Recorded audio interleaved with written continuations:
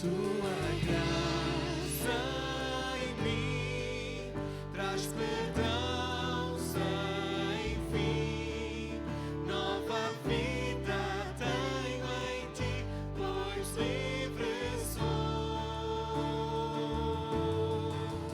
Teu eterno amor derramado em mim.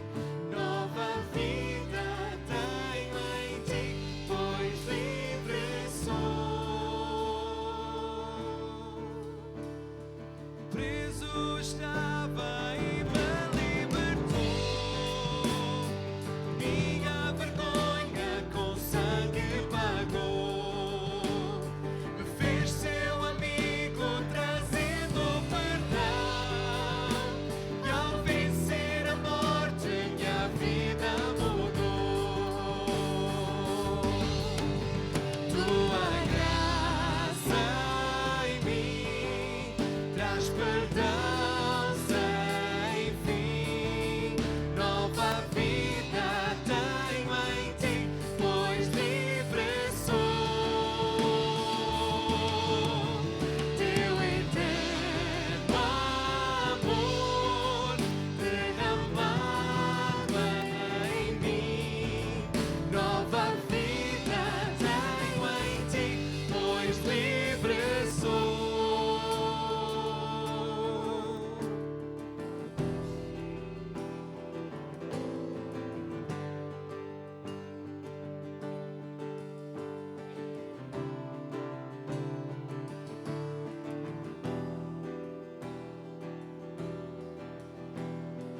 O Salvador foi pregado na cruz.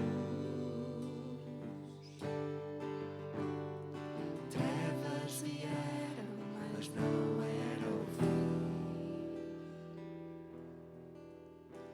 No terceiro dia ele ressuscitou. E ao vencer a morte, minha vida mudou. Tua graça em mim traz perdão sem fim. Nova vida tenho em ti, pois livre sou. Teu eterno amor derramado em mim. Nova vida tenho em ti, pois livre sou. Livre sou, sou, para sempre serei. Que os remidos adorem a ti. Livre sou, sou, para sempre amei. Ao vencer a morte, minha vida mudou. Livre sou, sou, para sempre serei. Que os remidos adorem a ti. Livre sou, sou, para sempre amei. Ao vencer a morte, minha vida mudou. Tua graça em mim traz perdão sem fim. Nova vida tenho em ti, pois livre sou. Teu eterno amor derramado em mim. Nova vida tenho em ti, pois livre sou. Cantemos bem alto, livre sou. Livre sou, sou, para sempre serei. Que os remidos adorem a ti. Livre sou, sou, para sempre amei. Ao vencer a morte, minha vida mudou. Livre sou, sou, para sempre serei. Que os remidos adorem a ti. Livre sou, sou, para sempre amei. Ao vencer a morte, minha vida mudou. Tua graça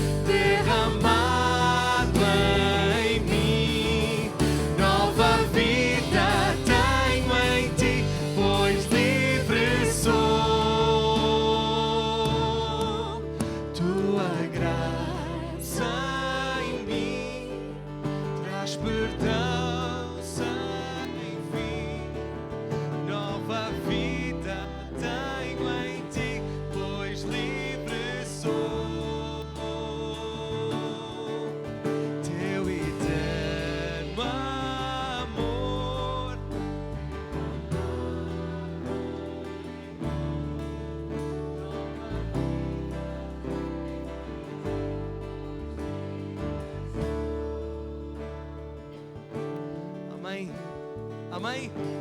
Aleluia, Jesus ressuscitou. Nós celebramos hoje a Páscoa. E a Páscoa é um processo, ou foi um processo. E o processo não acabou na morte e no sacrifício de Jesus. Acabou na sua ressurreição. E hoje nós podemos cantar um Deus vivo. Ele nos limpou. Ele pagou o nosso preço. Amém? Vamos continuar a louvar o nosso Deus. Porque só Ele é digno. Só Ele é digno da adoração. Só Ele é digno do nosso louvor. Só Ele é digno de estarmos aqui. Podemos cantar a Ele.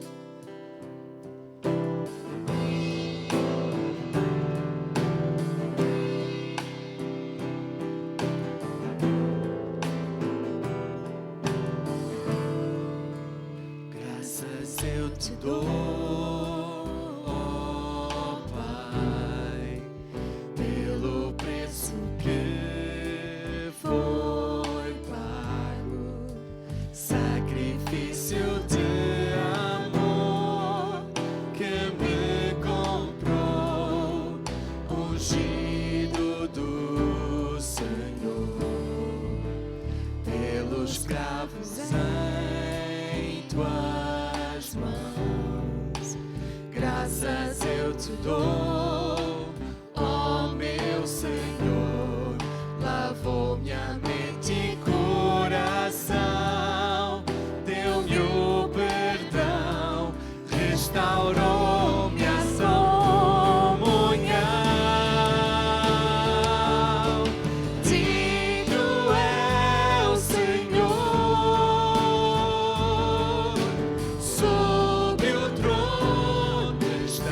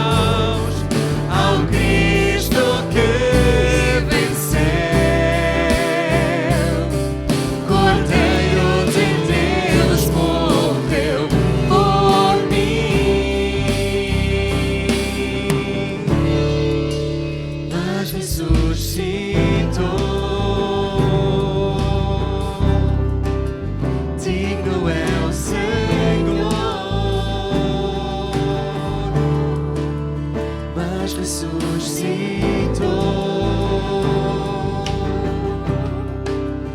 Digno é o Senhor.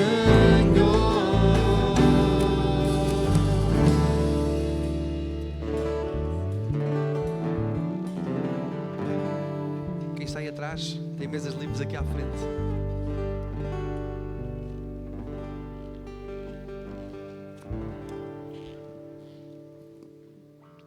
Louvado seja o nome do Senhor, nosso Deus, que tanto nos amou. E ao cantarmos que Ele ressuscitou, isso precisa mexer com os nossos corações. Você pode fechar os seus olhos nesse momento? Ó Deus, obrigado, Pai. Obrigado, meu Deus, porque sem nenhum mérito nosso, pelo contrário, Jesus Cristo veio e viveu, ó Pai, para nos resgatar. Ele morreu a nossa morte, venceu a morte e ressuscitou. Digno é o Senhor, ó Pai, de receber toda a honra, toda a glória e todo o louvor. Ó Deus, obrigado, Pai. Obrigado, meu Deus, porque numa manhã parecida como esta, há mais de 2000 anos, ó Pai, aquele túmulo estava vazio, porque o Senhor ressuscitou. Aleluia. Louvado seja o Senhor. Estamos aqui hoje, ó Deus, para louvar e bendizer e glorificar o nome de Jesus. Meu Deus, nesse momento onde cristãos em todo o mundo celebram a ressurreição de Jesus, data esta que não apenas uma vez por ano, mas todos os dias, ó Deus, nós devemos celebrar. Todos os dias devemos relembrar. Jesus Cristo ressuscitou. A morte foi vencida. A promessa foi feita, ó Deus, e nós estamos aqui hoje como prova da graça do Senhor. Toma-nos em tuas mãos, ó Pai, no nome poderoso de Jesus. Amém e amém. Como é bom podermos celebrar este momento, celebrarmos em família, celebrarmos ao redor da mesa. Os primeiros cristãos, os primeiros anos, todas as semanas quando eles se reuniam, eles celebravam esta festa do amor, chamada ágape, ou no grego, né, o agape. E quando celebravam essa festa do amor, relembravam o que Jesus Cristo fez, e também celebravam a ceia do Senhor, que vamos fazer ao final desta celebração. E queremos encerrar esta celebração daqui a pouco, a celebrar a ceia do Senhor, a relembrarmos o sacrifício de Cristo. Por isso pedimos, quem está a chegar agora, tomem lugar às mesas, por favor, porque a celebração da ceia ao final será nas mesas. Então aqui, à minha esquerda aqui, olha, há vários lugares aqui. Há uma mesa completamente vazia aqui perto do irmão Jorge. Aqui também há lugar na mesa, ok? Então quem está aí atrás, por favor, pode vir para cá. Tem bastante espaço aqui também, nesse lado de cá, tá bom? Nós já cumprimentamos, nós já abraçamos, mas é tão bom ter esse momento ainda. Então eu queria pedir que você pudesse aproveitar esse movimento e cumprimentar as pessoas que estão aí à sua mesa, pelo menos, e quem está na mesa ao lado também, e dizer assim: Deus abençoe a sua vida, porque Jesus Cristo ressuscitou. É possível estarmos juntos aqui, pessoas tão diferentes, pessoas de origem diferente, de culturas diferentes, pessoas de línguas diferentes, mas unidas pelo amor de Jesus.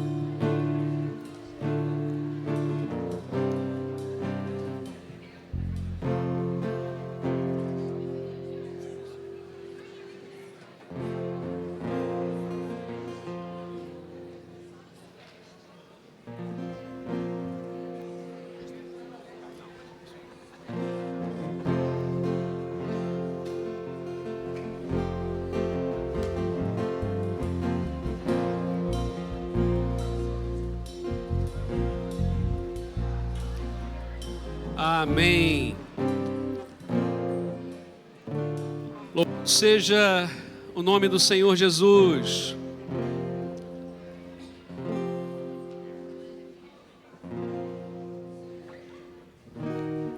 Queremos também agradecer a todos os irmãos que durante a semana vieram aqui para arrumar as mesas, preparar tudo.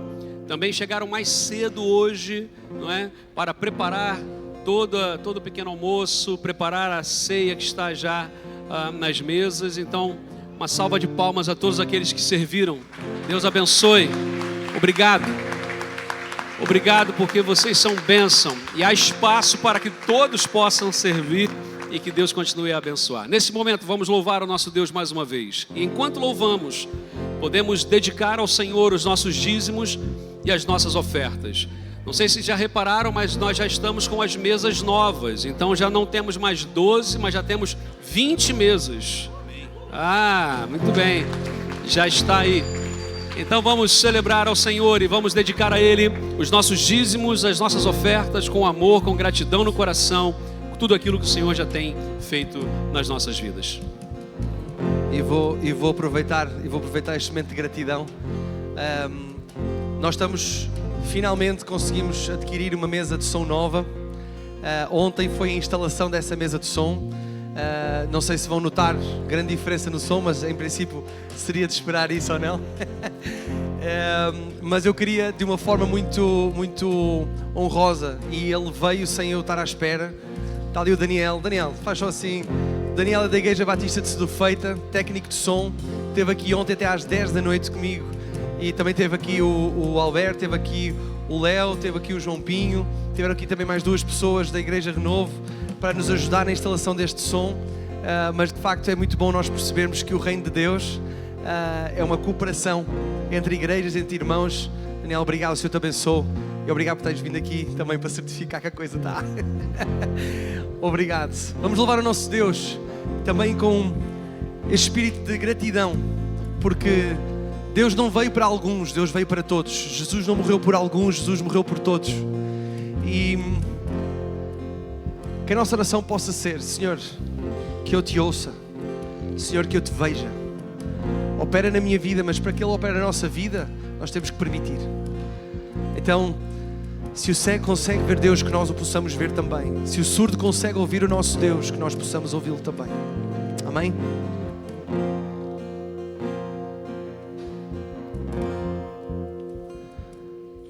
Se o cego te pode ver, e o surdo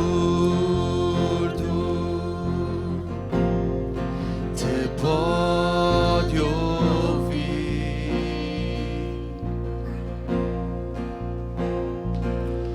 que te ouça eu e que te veja Deus.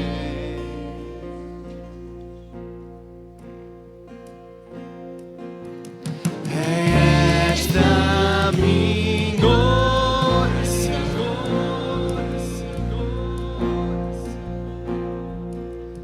é esta a minha oração.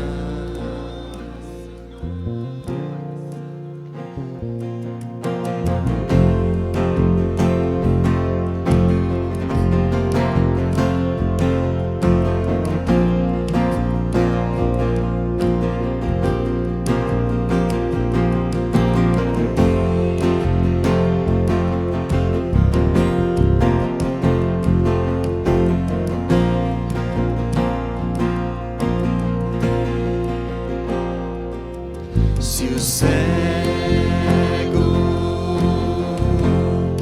te pode ver,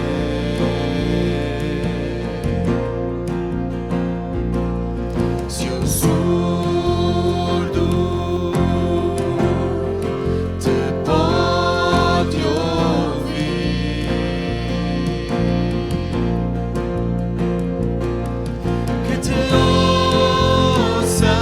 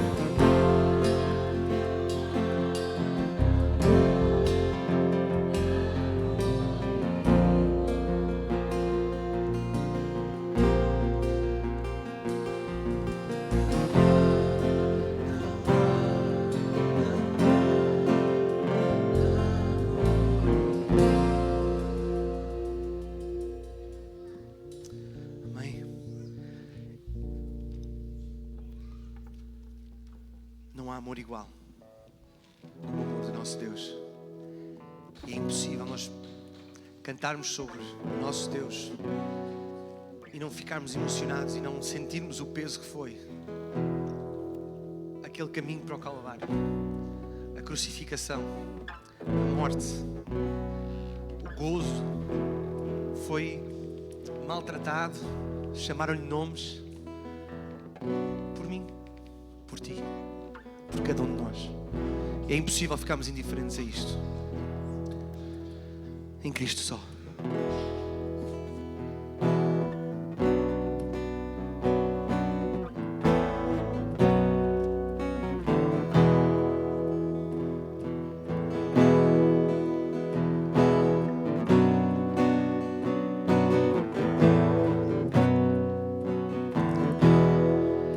Em Cristo só confiarei, a minha força, luz, canção, pedra angular que eu me firmei na tempestade ou sequidão. Quão grande amor, profunda paz, lutas e medos ficam para trás. O meu consolo, tudo pra mim, firme no amor de Cristo, enfim.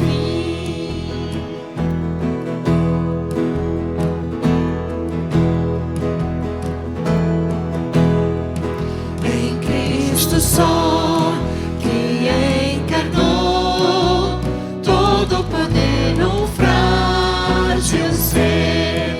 Nele o amor Deus ofertou, até por nós se oferecer.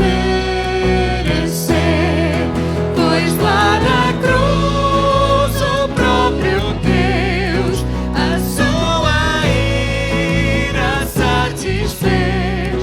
Pecado meu Jesus levou, firme no amor de Cristo estou.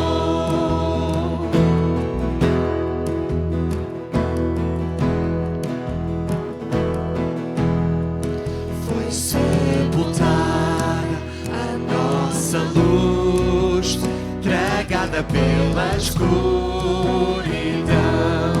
Em glorioso dia então, da sepultura ressurgiu.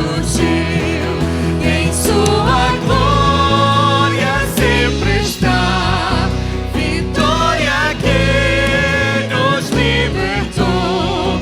Pois eu sou dele e ele é meu, pelo seu sangue me comprou. Não há mais culpa, não há mais morte. Este é o poder de Cristo em mim. Jesus tomando a minha sorte, desde o início até ao fim. Nenhuma força poderá de sua mão me arrancar, até com ele me encontrar. No seu poder vou firme estar. Nenhuma força poderá de sua mão me arrancar, até com ele me encontrar. No seu poder vou firme estar. Amém.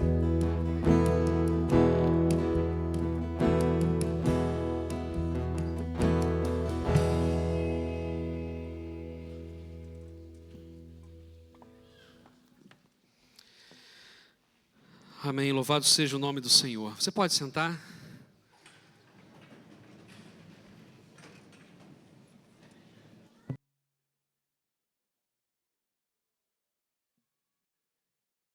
Eu convido para que possamos abrir as nossas Bíblias no livro livro de Êxodo, no capítulo 12.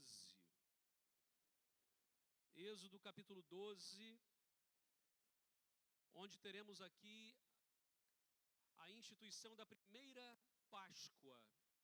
E o que significava esta Páscoa para os judeus, na época para os hebreus ainda, e o que significa a Páscoa para nós, os cristãos. E precisamos relembrar, precisamos trazer à memória, precisamos trazer à memória o porquê estamos a celebrar hoje, o que e o porquê. Porque nós não estamos aqui apenas para cumprir um calendário religioso. Estamos aqui porque algo impressionante, algo incrível aconteceu. E ainda acontece, ainda é eficaz hoje nas nossas vidas. Então vamos nos lembrar, diz o texto, Êxodo capítulo 12, e eu vou ler esse texto para que nós possamos trazer à memória. Diz assim: E falou o Senhor a Moisés e a Arão na terra do Egito, dizendo: Este mesmo mês vos será o princípio dos meses. Este vos será o primeiro de todos os meses do ano. Só para nós termos uma ideia, no calendário judeu até hoje, o início do ano é no primeiro dia da primavera, quando aconteceu a Páscoa. Falai a toda a congregação de Israel, dizendo: aos 10 deste mês, tome cada um para si um cordeiro segundo as casas dos pais, um cordeiro para cada casa.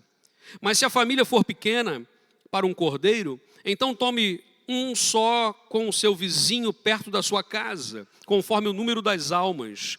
Conforme ao comer de cada um fareis a conta para o cordeiro.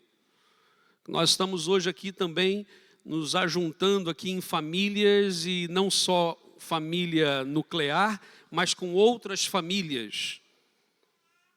Versículo 5, o cordeiro ou cabrito será sem mácula, um macho de 1 ano, o qual tomareis das ovelhas ou das cabras, e os guardareis até o 14º dia deste mês. E todo o ajuntamento da congregação de Israel e sacrificará à tarde.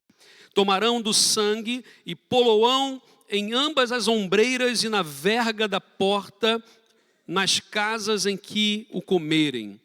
E naquela noite comerão carne assada no fogo, com pães asmos e com ervas amargosas a comerão. Não comereis dele nada cru, nem cozido em água, senão assado no fogo, a cabeça com os pés e com a fressura. E nada dele deixareis para amanhã, mas o que dele ficar até amanhã queimareis no fogo. Assim, pois, o comereis.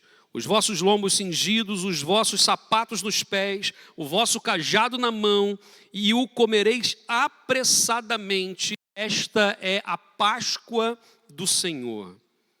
E eu passarei pela terra do Egito nesta noite, e ferirei todo o primogênito da terra do Egito, desde os homens até os animais, e sobre todos os deuses do Egito farei juízo. Eu sou o Senhor. E aquele sangue vos será por sinal nas casas em que estiverdes. Vendo eu sangue, passarei por cima de vós, e não haverá entre vós praga de mortandade, quando eu ferir a terra do Egito. E este dia vos será por memória, e celebrá-lo-eis por festa ao Senhor nas vossas gerações, e o celebrareis por estatuto perpétuo. 7 dias comereis pães sem fermento. Ao primeiro dia tirareis o fermento das vossas casas, porque qualquer um que comer pão levedado, desde o primeiro até o 7º dia, aquela alma será cortada de Israel. Ao primeiro dia haverá santa convocação, até o 7º dia. Tereis tantas convocações, nenhuma obra se fará, senão que cada alma houver de comer. Isso somente aprontareis para vós. Guardai, pois, a festa dos pães asmos, ou seja, sem fermento, porque naquele dia tirei os vossos exércitos da terra do Egito, pelo que guardareis este dia nas vossas gerações por estatuto perpétuo. E no primeiro mês, aos 14 dias do mês, à tarde, comereis pães asmos até o 21 do mês à tarde.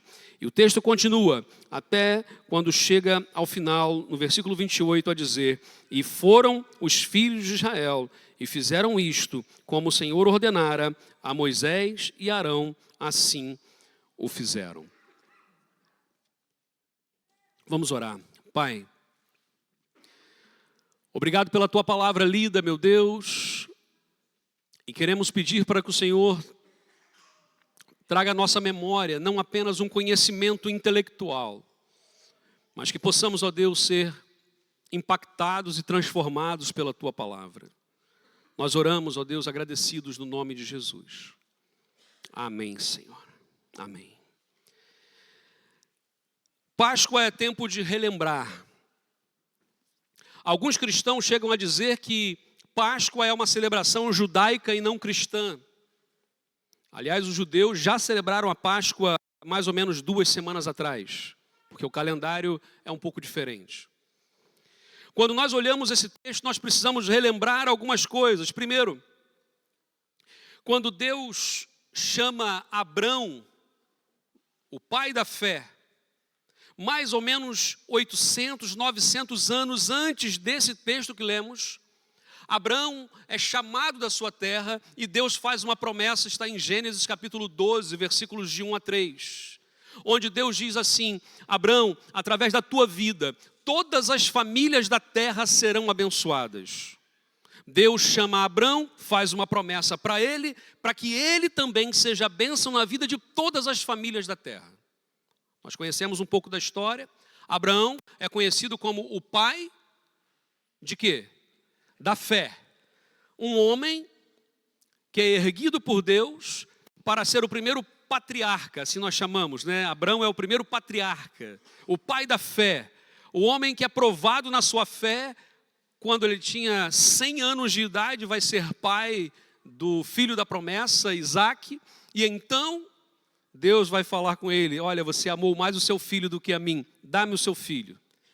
E Abraão é provado na sua fé, mas no momento da entrega do sacrifício do seu filho, um cordeiro aparece com o seu chifre enrolado na relva que estava para ali, naquele mato ali, e então Deus troca, põe o cordeiro no lugar do Isaque, tira o Isaque, mata o cordeiro. Essa é uma referência muito forte ao que Jesus Cristo faz e fez na cruz do Calvário. Ele vai ser dito, reconhecido como o Cordeiro de Deus que tira o pecado do mundo. Está lá em João, no Evangelho de João, quando João Batista vai reconhecer assim Jesus. No livro do Apocalipse também vai dizer que ao Cordeiro, Jesus sempre é identificado como o Cordeiro de Deus, por causa desta analogia também que já tínhamos no Antigo Testamento.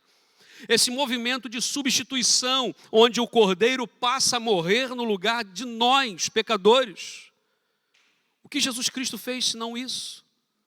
Esse movimento de troca nós chamamos de movimento vicário.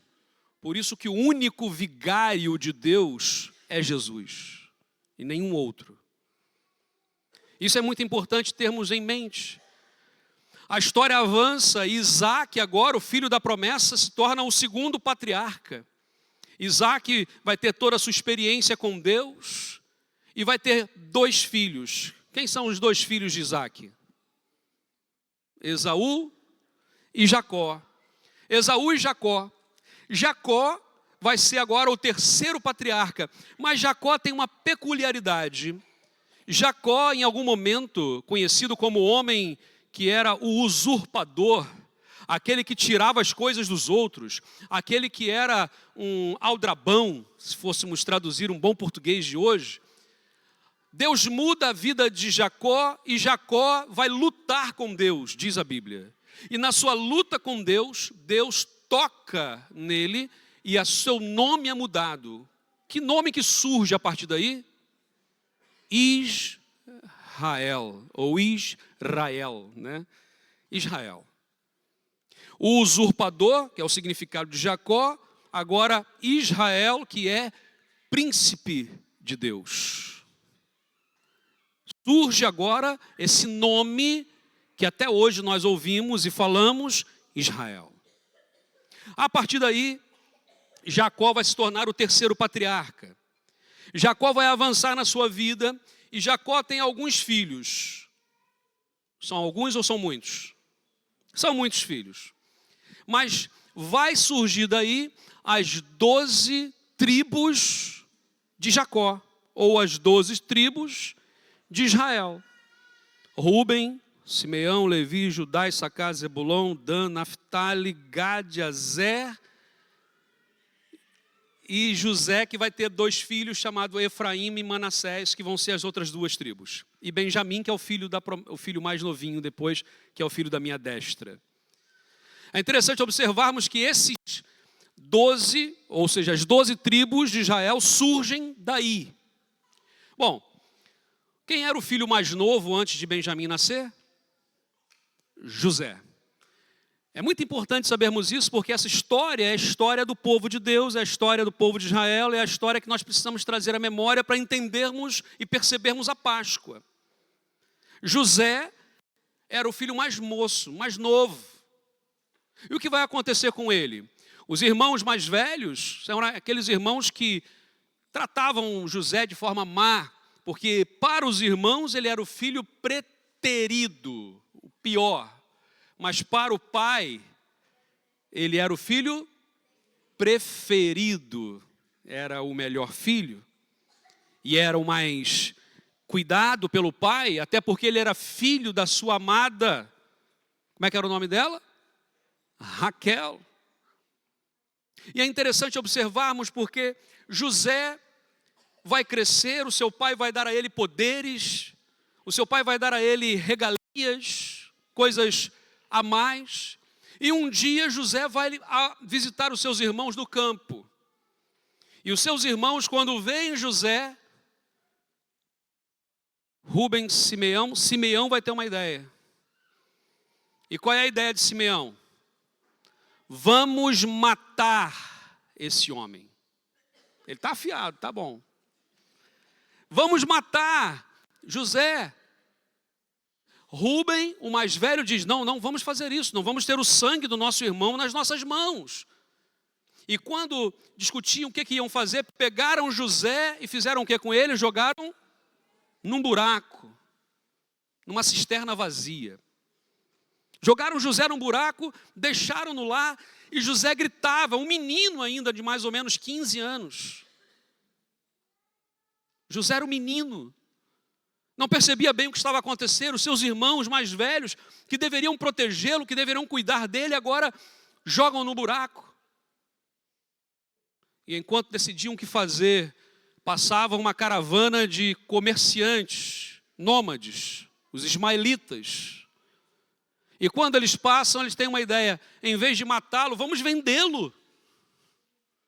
E vendem o seu próprio irmão, pegam a capa que o pai havia dado a ele, uma capa de honra, uma capa colorida, e sujam num sangue de animal, e entregam ao pai a mentir para o pai, a dizer, o nosso irmão foi destroçado por um animal selvagem.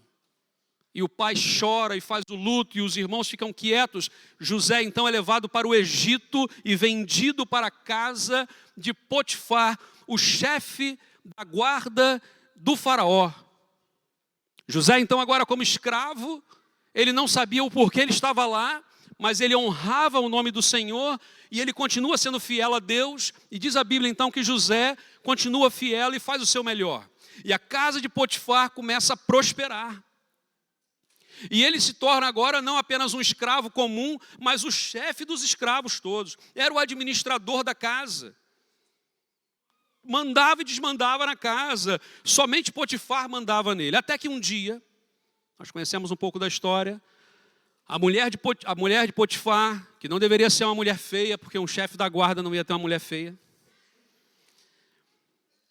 Essa mulher então olha para José, diz a Bíblia que ele era bonito, e se encanta com ele e o chama para a sua cama. Mas José a honrar o nome do Senhor, diz, eu não posso desrespeitar o nome do meu Deus e o nome do meu Senhor. E ele então foge dela algumas vezes, até que uma das vezes ela segura a capa, e quando o marido chega, ela mente ao marido a dizer que José tentou agarrá-la. Potifar, até mesmo pela questão da sua honra, faz o que com José? Prende José. E eu fico a pensar, quantas vezes nós fazemos o que é certo, nós fazemos o que é correto, nós fazemos o que é íntegro e parece que não dá resultado.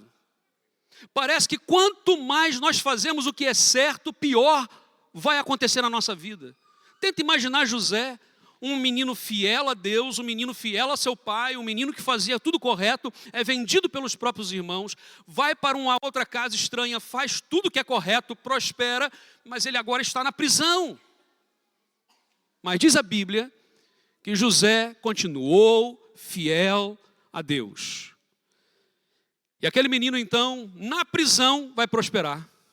E agora se torna o líder da prisão. O homem que cuidava da prisão dava a chave na mão de José. José administrava a prisão inteira. E tudo prosperava e tudo começava a dar certo. Até que um dia, 2 homens de confiança do faraó, o copeiro-chefe, que servia o vinho ao faraó, e o padeiro-chefe, que fazia o pão do palácio, são presos, acusados de traição. Só que um deles era culpado, o outro era inocente. E o que vai acontecer? Ambos na prisão vão ter sonhos. O copeiro vai sonhar que tinham 3 cachos de uva, não é? E ele espremia aqueles 3 cachos e com o copo cheio daquele vinho servia ao faraó. E o padeiro sonhou que tinha 3 cestos na cabeça, cheio de pães, e os pássaros vinham e pegavam os pães e levavam embora. E eles não entenderam o sonho, contaram o sonho e José disse, Deus me deu a revelação. Em 3 dias, o copeiro vai voltar à sua posição e vai servir ao faraó, mas o padeiro vai ser identificado como traidor e o seu corpo vai ser partido e as aves do céu vão comer o seu corpo. 3 dias depois aconteceu aquilo. E José abraça o copeiro agradece e ele diz assim, interceda por mim ao faraó. Fale ao faraó porque eu estou aqui e eu sou inocente. E o copeiro, pode deixar que eu vou falar. Sabe quanto tempo vai passar? 2 anos. O copeiro esqueceu. Já teve gente que esqueceu quando você pediu um favor? Porque quando a gente precisa, a gente pede, mas quando a gente não precisa, a gente esquece. Precisamos estar mais atentos às necessidades das pessoas. E é interessante porque 2 anos depois vai acontecer uma coisa incrível. O faraó vai ter um sonho. Lembra dos sonhos do faraó? Na verdade, ele tem 2 sonhos que são a mesma interpretação. Um deles, ele vai sonhar que haviam 7 vacas gordas, bonitas, que estavam à beira do rio Nilo.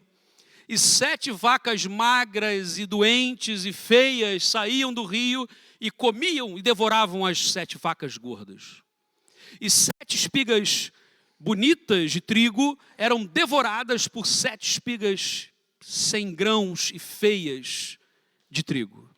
Ele fica perturbado e ele diz, mas eu tive um sonho e eu preciso agora que alguém perceba isso e interprete isso. E ele fica alvoroçado e trazem todos os magos do reino, trazem os intérpretes, os sonhos, os esotéricos, toda a gente.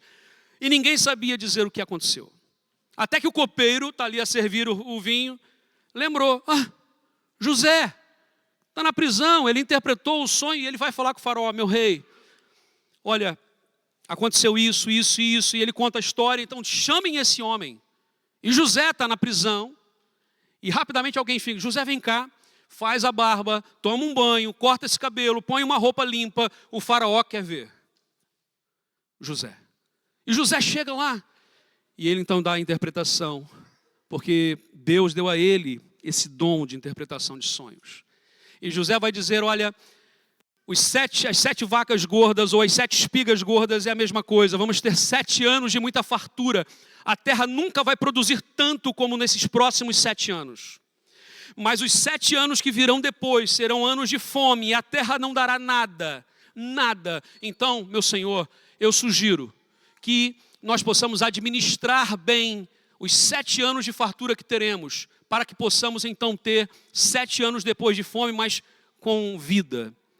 Então o Senhor escolhe alguém que possa fazer essa administração. E o faraó diz aqui, o quê? Não há ninguém com tanta sabedoria como tu. E então o faraó põe José, dá o anel, o selo, não é? O selo do faraó dá no dedo de José e diz agora, José, você é o governador de toda a terra do Egito. Gente, o meu irmão mais novo que é vendido como escravo, que vai então, prospera e agora é jogado na prisão e então acontece tudo isso e esse escravo agora é o vice-rei. É o vice-rei, é o administrador de toda a terra. Quando o faraó acontece tudo aquilo, ao final dos 7 anos da fartura, começa o tempo da fome, e o que vai acontecer? Teve fome em toda a terra, inclusivamente aonde? Em Canaã, aonde Jacó vivia e todos os seus irmãos e as famílias deles. E Jacó sabe, olha, tem comida no Egito, tem trigo no Egito, só lá, não sabemos porquê, mas lá tem. Então, todos os povos iam e o Egito enriqueceu por causa de José. Toda a gente pagava caro para levar o trigo. Em um desses dias, está lá José, 20 anos depois, a sua cara, o seu jeito de vestir, a língua que ele falava já era egípcia. José tornou-se egípcio, casou-se com uma egípcia. O nome dos seus filhos, Manassés e Efraim, egípcios.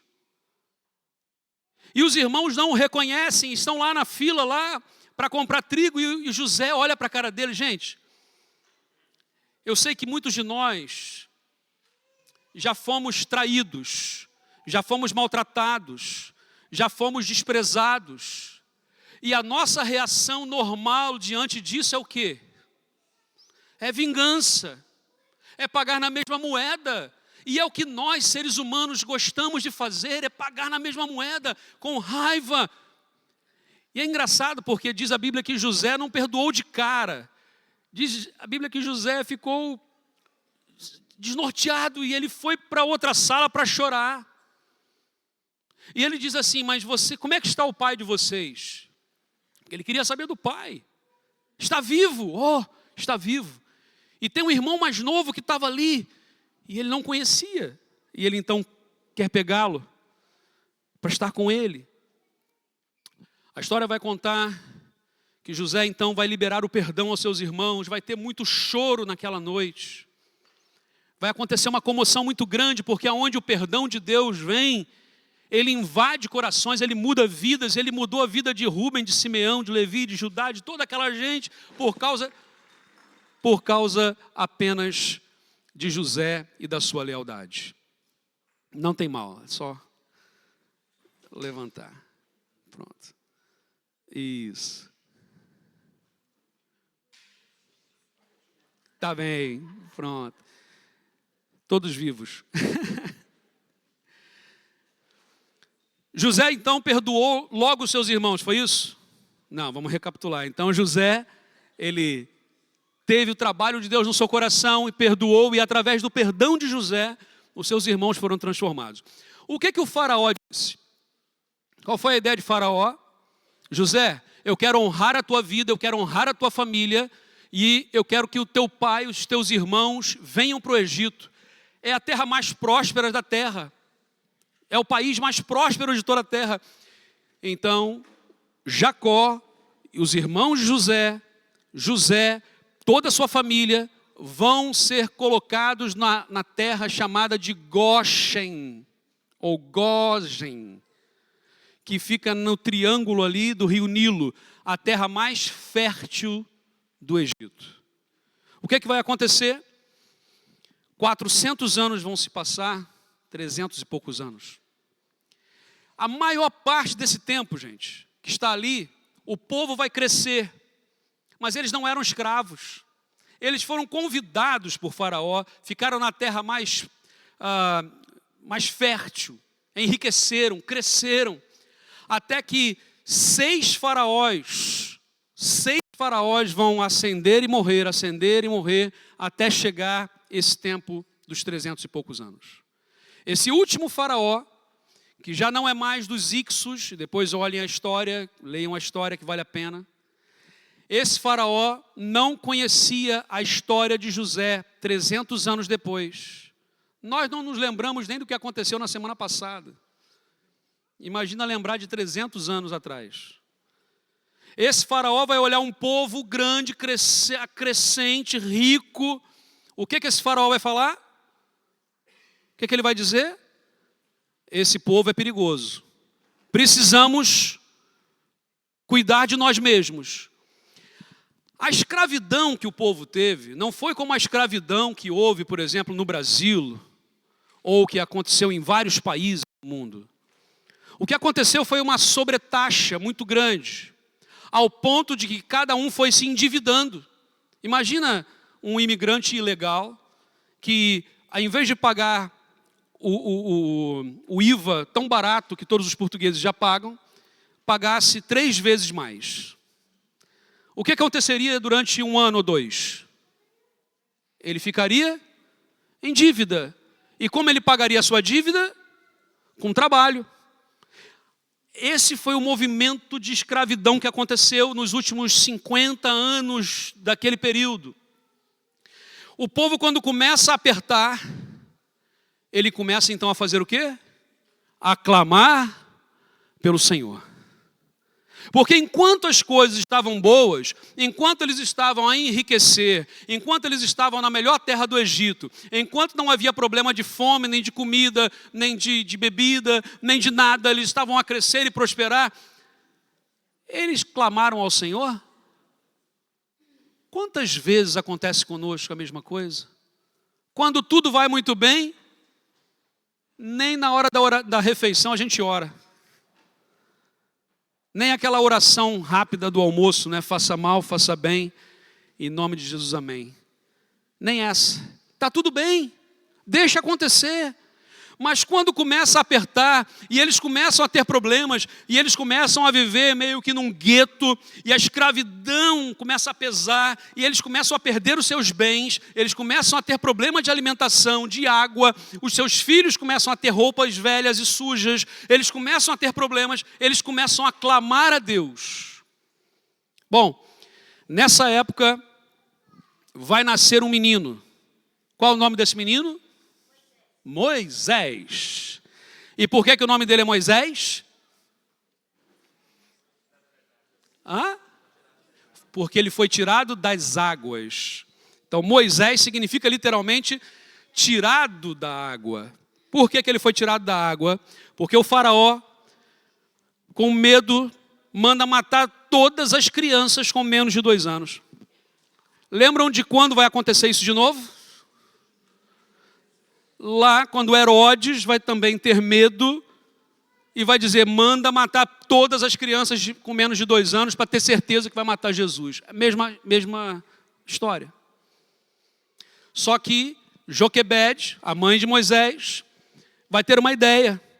E pega um cesto, põe um menino ali, põe um menino no rio Nilo. A filha de Faraó pega aquele menino, tira-o da água, por isso dá o nome de Moisés, ou Moshe, que é o nome dele.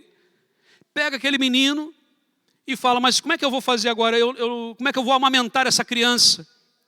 E a Miriam, irmã dele, que estava a olhar de longe, falou assim, olha, eu conheço uma senhora chamada Joquebede, que ela pode ajudar.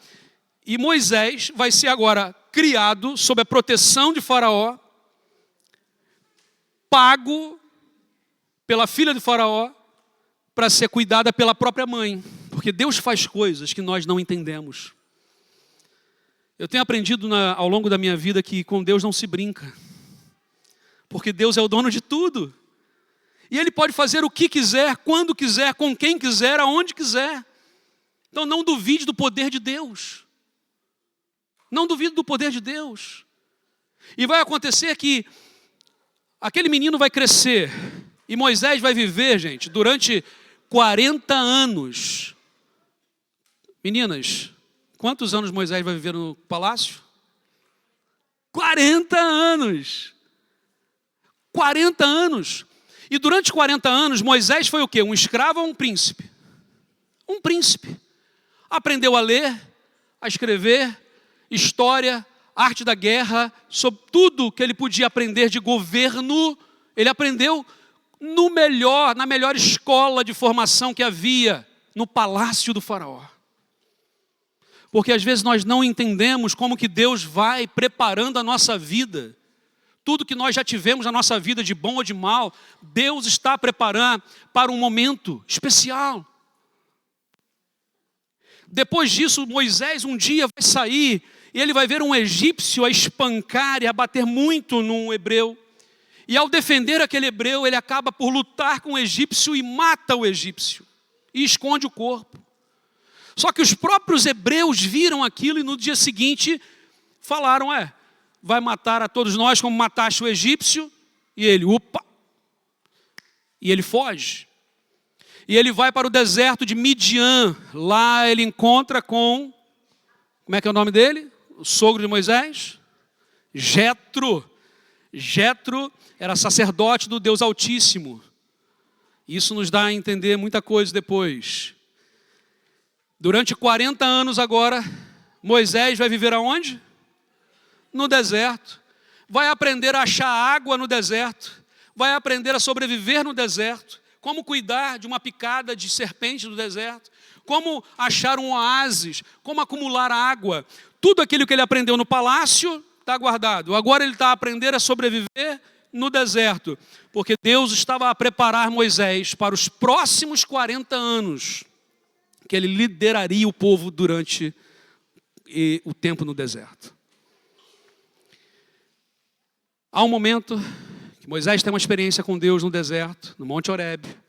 E ele precisa voltar agora para o Egito, porque Deus ouviu o clamor do povo e levanta Moisés para que Moisés faça o quê? Para que ele faça o quê? Me ajuda na história? Liberte o povo. Moisés vai voltar. E ao chegar no... alguns já viram animações na TV e parece que o mesmo faraó e tal, eles eram amigos, irmãos. A história não é bem assim. Mas quando Moisés volta, ele já não sabia mais falar o egípcio, porque ele passou 40 anos agora a falar a língua lá do deserto. Por isso a língua dele era pesada. Alguns vão dizer que Moisés era gago, né? Mas na verdade Moisés só não falava mais o idioma. Quantos aqui falam um idioma, mas de repente ficam muito tempo sem falar, e quando vai tentar falar já não lembra as palavras? Moisés não lembrava mais. Então Arão é levantado para estar com ele. É óbvio que Faraó não vai querer deixar o povo sair. O Faraó tem um coração endurecido. E o que vai acontecer agora? As famosas 10 pragas do Egito. A primeira praga, não vou falar toda, mas só a primeira. Qual é a primeira praga? Ele vai ferir o Nilo com o cajado e as águas serão transformadas em sangue. Sabe que existe um documento que foi encontrado pela arqueologia recentemente, escrito por um egípcio, nos documentos egípcios, onde o historiador egípcio diz: ó Faraó, por que o Nilo foi ferido e sangra? Por que os nossos filhos foram lançados mortos na rua? Ou seja, aquilo que a Bíblia já nos relata, a ciência apenas vai encontrando e descobrindo. A nossa fé não está baseada nisso, a nossa fé está baseada em Cristo. Mas entendam isso, que o Nilo era considerado um deus, o deus da fertilidade, da prosperidade, da água. Quando ele é ferido, um deus está sendo morto por Yahvé. E cada um dos deuses, as 10 pragas são 10 deuses. Quando chega na última praga, qual é a última praga? A morte dos primogênitos. E aqui nós chegamos ao capítulo 12. antes de a praga da morte dos primogênitos acontecer, o que vai acontecer? A preparação da saída e a instituição da primeira Páscoa. E algumas coisas aqui. Eles tinham alguns elementos que o texto vai dizer. Primeira coisa que acontece, eles teriam que comer um cabrito ou um cordeiro assado. Comer pão sem fermento. Comer ervas amargas. Por que isso? Simbolizava cajado na mão, sapato nos pés e bolsa nas costas. Comam apressadamente. Por que eles tinham que comer com pressa? Porque no dia seguinte, eles tinham que sair. Gente, o povo egípcio era extremamente supersticioso. Eles não saíam à noite.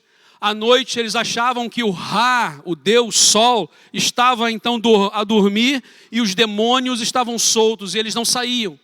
Por isso o povo tinha que comer e sair de madrugada, para que à noite eles tivessem liberdade para sair. Tanto é que depois, quando amanhece o dia, o faraó fala o quê? Vamos atrás deles. As ervas amargas era para lembrar do tempo de sofrimento, de amargura do povo. O pão sem fermento é pressa. Porque se o povo deixasse fermentar, para fermentar uma massa demora tempo. E eles estariam presos até hoje lá. E ele fala uma coisa interessante, o sangue do cordeiro teria que ser passado aonde? Nos umbrais das portas. Por que isso? Lembra que os egípcios eram o quê? Supersticiosos. E eles escreviam nos umbrais das portas símbolos e hieróglifos de adoração aos deuses. E inclusivamente na casa dos judeus, dos hebreus ainda, tinham os símbolos de proteção dos outros deuses. Ao passar o sangue pelos umbrais, era para que o sangue apagasse aquela natureza antiga e eles pudessem entrar na nova era com o sangue do Cordeiro. Quantos de nós já fomos chamados por Deus para entrarmos nesse novo tempo? E precisamos passar o sangue do Cordeiro para que essas marcas antigas sejam apagadas da nossa vida. A palavra paz, pechar, em hebraico é difícil pronunciar porque vem daqui de dentro, não é? É gutural, é pesar, uma coisa assim, pesar, no final. A palavra pesar significa pular, passar por cima. Porque onde estivessem o sangue do Cordeiro, o anjo da morte passava por cima. No grego depois vai ficar como pesar, alguma coisa assim.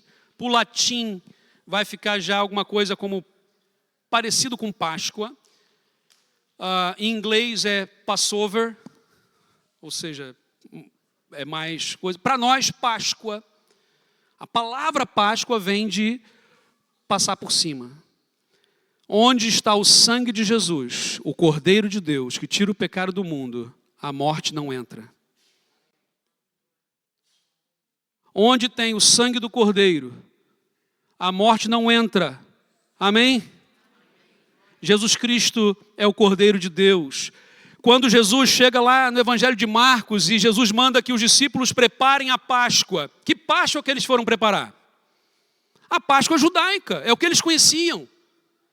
E na hora que eles estão assentados, está lá o pão sem fermento à mesa, está lá o vinho também estava ali, e Jesus então, era comum naquela época rasgar um pedaço do pão, molhar no vinho, porque ele era seco, sem fermento, para comer.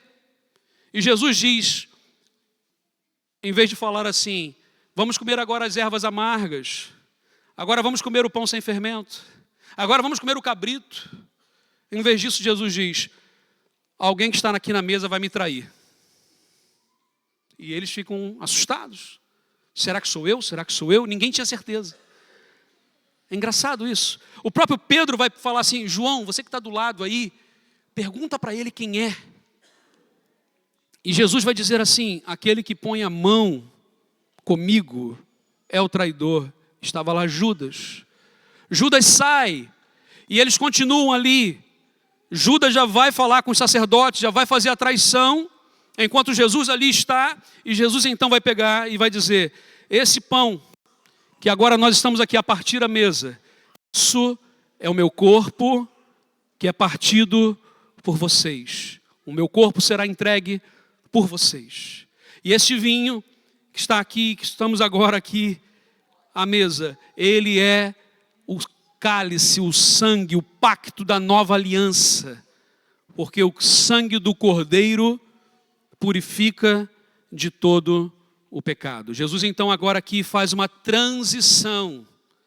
Nós hoje aqui não celebramos a Páscoa judaica. Nós celebramos a Páscoa cristã. Percebem a diferença? Jesus Cristo é o Cordeiro que de uma vez por todas morreu, venceu a morte e ressuscitou e vivo está. É a Ele que nós entregamos o louvor e a glória e a honra. E se estamos aqui, se estamos vivos para adorar, é por causa de Jesus. Ao lembrarmos essa história, e por que hoje eu fiz esse sermão biográfico, né, vamos assim dizer? Porque várias vezes o povo de Israel, Deus juntava o povo e pedia para que eles contassem de novo a história. Como uma criança lembra, porque os pais ensinaram. Porque talvez na classe, na escola ou no culto infantil foi contado. Cabe a nós contarmos as histórias. Cabe a nós relembrarmos quem é Jesus. As pessoas são evangelizadas, recebem a boa notícia. Muitas vezes não é por um estranho, não. É por alguém que as ama. Então vamos contar mais vezes a história de Jesus. Esse Jesus Cristo foi erguido na cruz do Calvário. Maldição para os hebreus. Castigo para os romanos. Para nós, cumprimento de uma promessa.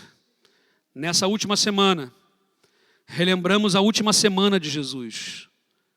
E na sexta-feira, ele vai ser crucificado. Às 15h, lembremos que para o judeu, 6h começa um novo dia. Segundo dia. Sábado, silêncio. Terceiro dia, domingo de manhã, Jesus não está mais no túmulo. E cumpre-se a promessa, a profecia. Ao terceiro dia, Jesus Cristo ressuscitou. Aleluia. Amém. Eu queria pedir que você fechasse seus olhos nesse momento. E que pudéssemos nesse instante orar ao nosso Deus. Relembrando tudo aquilo que o Senhor já nos fez. Rejeitar as práticas antigas. Aceitar uma nova vida. E saber que Jesus Cristo é esse Cordeiro de Deus. Lá no Evangelho,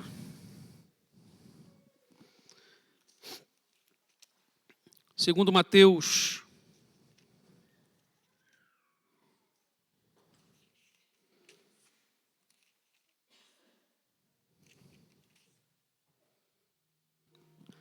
Jesus vai dizer, no primeiro dia da festa dos pães sem fermento, chegaram os discípulos a Jesus dizendo: onde queres que façamos os preparativos para comeres a Páscoa? E ele diz: vão a tal cidade e vão encontrar assim e assim. E ele se assentou. E diz a Bíblia que ele vai falar assim no versículo 26. Enquanto comiam, Jesus tomou do pão e abençoando-o, partiu e deu aos seus discípulos e disse: tomai, isto é meu corpo. E tomando o cálice e dando graças, deu-lhe dizendo: bebei dele todos, porque isto é o meu sangue, o sangue do Novo Testamento, que é derramado por muitos para a remissão dos pecados. Em cada mesa nós encontramos os pães que foram preparados com muito amor e carinho. Nós encontramos também 2 garrafinhas, uma com sumo de uva, que é a mais clara, e uma com vinho, que é a mais escura.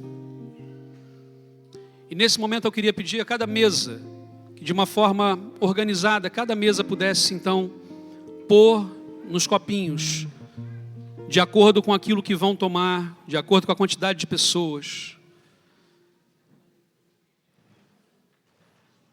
Nós vamos louvar ao Senhor nesse momento. Enquanto louvamos,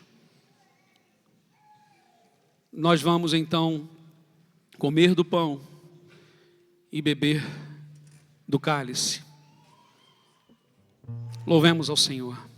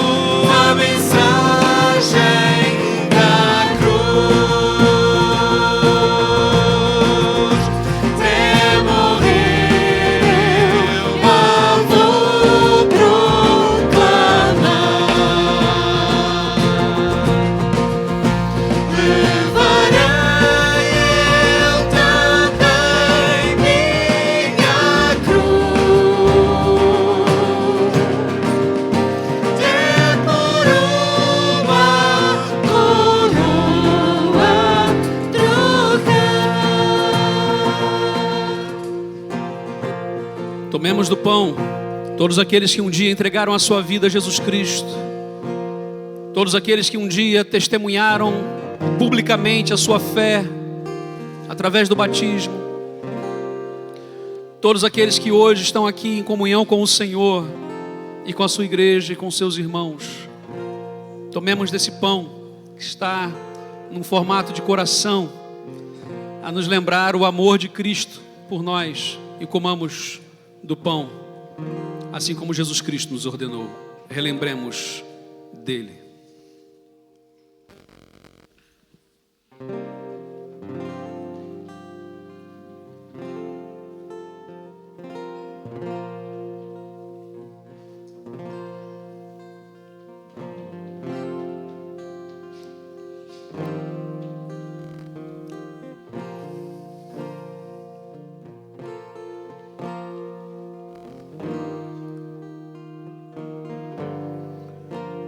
A Bíblia diz que do mesmo modo Jesus então tomou do cálice e disse: este é o meu sangue que é derramado por vós. E ao bebermos dele, lembremos-nos de que Jesus Cristo derramou o seu sangue. E assim como lá no Egito, o sangue do Cordeiro não deixou a morte entrar, Jesus Cristo, mais do que isso, lavou-nos com o seu sangue, tirando toda a morte, toda a maldição. Em nome de Jesus, eu tenho conhecido cristãos piedosos que ainda vivem com medo do seu passado, que ainda vivem com a marca do passado, mas Jesus Cristo nos libertou. Então é para essa liberdade que nós vivemos, então creia que o sangue de Jesus nos purifica de todo o pecado. Tomemos todos juntos do cálice.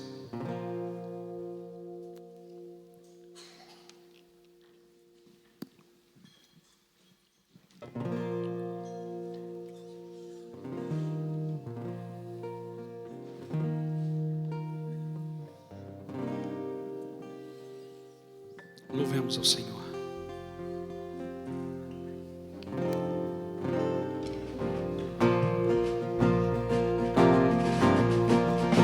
Desde a glória do céu, o Cordeiro de Deus, ao Calvário humilhante baixou. E essa cruz tem pra mim atrativos sem fim, porque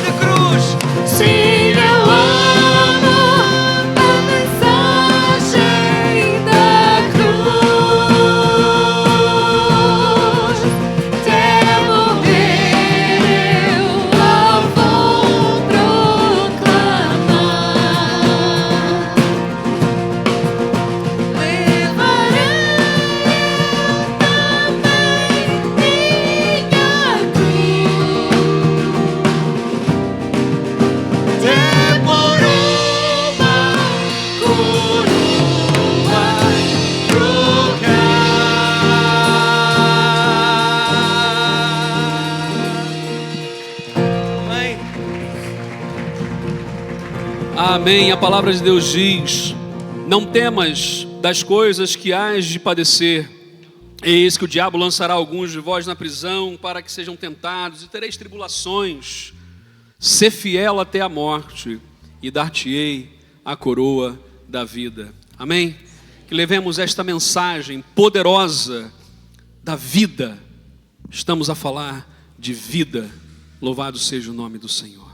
Amém. Você pode sentar nesse momento e vamos encerrar esta celebração de uma forma incrível.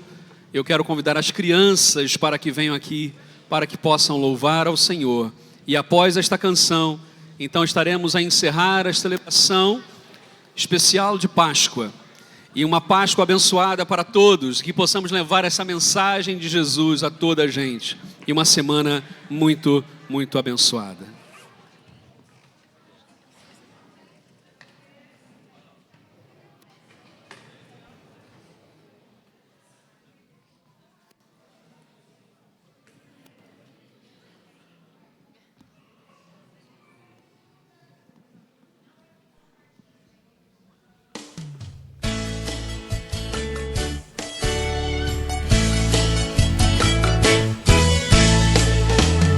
Foi o coelhinho que morreu na cruz. Quem foi crucificado foi o meu Jesus. Na sexta ele morreu, mas morto não ficou. No domingo de manhã ele ressuscitou. Foi o coelhinho que morreu na cruz. Quem foi crucificado foi o meu Jesus. Na sexta ele morreu, mas morto não ficou. No domingo de manhã ele ressuscitou. A Páscoa comemora a ressurreição, mas muita gente nem se lembra disso não. Existe muita gente que não dá valor ao grande sacrifício do meu Salvador. A Páscoa comemora a ressurreição, mas muita gente não se lembra disso não. Existe muita gente que não dá valor ao grande sacrifício do meu Salvador. Foi o coelhinho que morreu na cruz. Quem foi crucificado foi o meu Jesus. Na sexta ele morreu, mas morto não ficou. Domingo de manhã ele ressuscitou. Foi o coelhinho que morreu na cruz. Quem foi crucificado foi o meu Jesus. Na sexta ele morreu, mas morto não ficou. Domingo de manhã ele ressuscitou.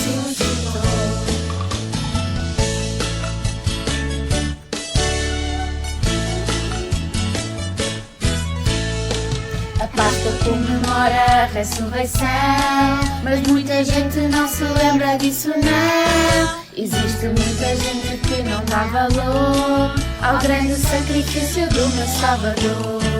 A Páscoa comemora a ressurreição, mas muita gente não se lembra disso não. Existe muita gente que não dá valor ao grande sacrifício do meu Salvador. Não foi o coelhinho que morreu na cruz. Quem foi crucificado foi o meu Jesus. Na sexta ele morreu, mas morto não ficou. Domingo de manhã ele ressuscitou. Não foi o coelhinho que morreu na cruz. Quem foi crucificado foi o meu Jesus. Na sexta ele morreu, mas morto não ficou. Domingo de manhã ele ressuscitou. Domingo de manhã ele ressuscitou.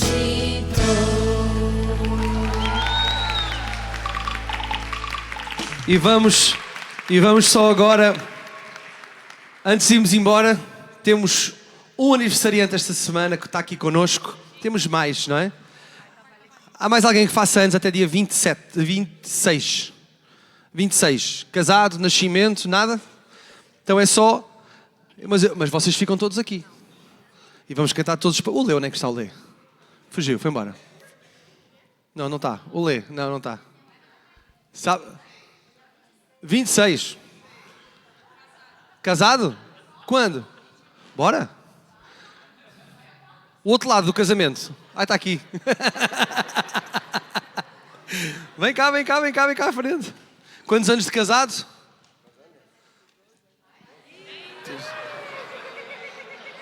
13, com cara de dúvida. Vem cá à frente. Pode ser 14 ou 15, não faz mal. É aniversário de casamento. David, dás aí? Vamos cantar os parabéns, vamos ficar de pé. Somos uma família e gostamos de celebrar e de fazer a festa. Ah, pois, e falta a Camila. Sim, a Camila faz anos dia 24, 21 e 26. Ok? Vamos cantar os parabéns? Parabéns a você.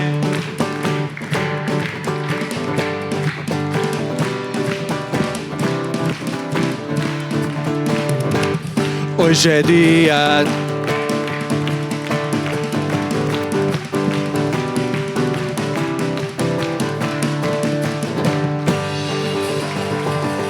O Senhor vos abençoe.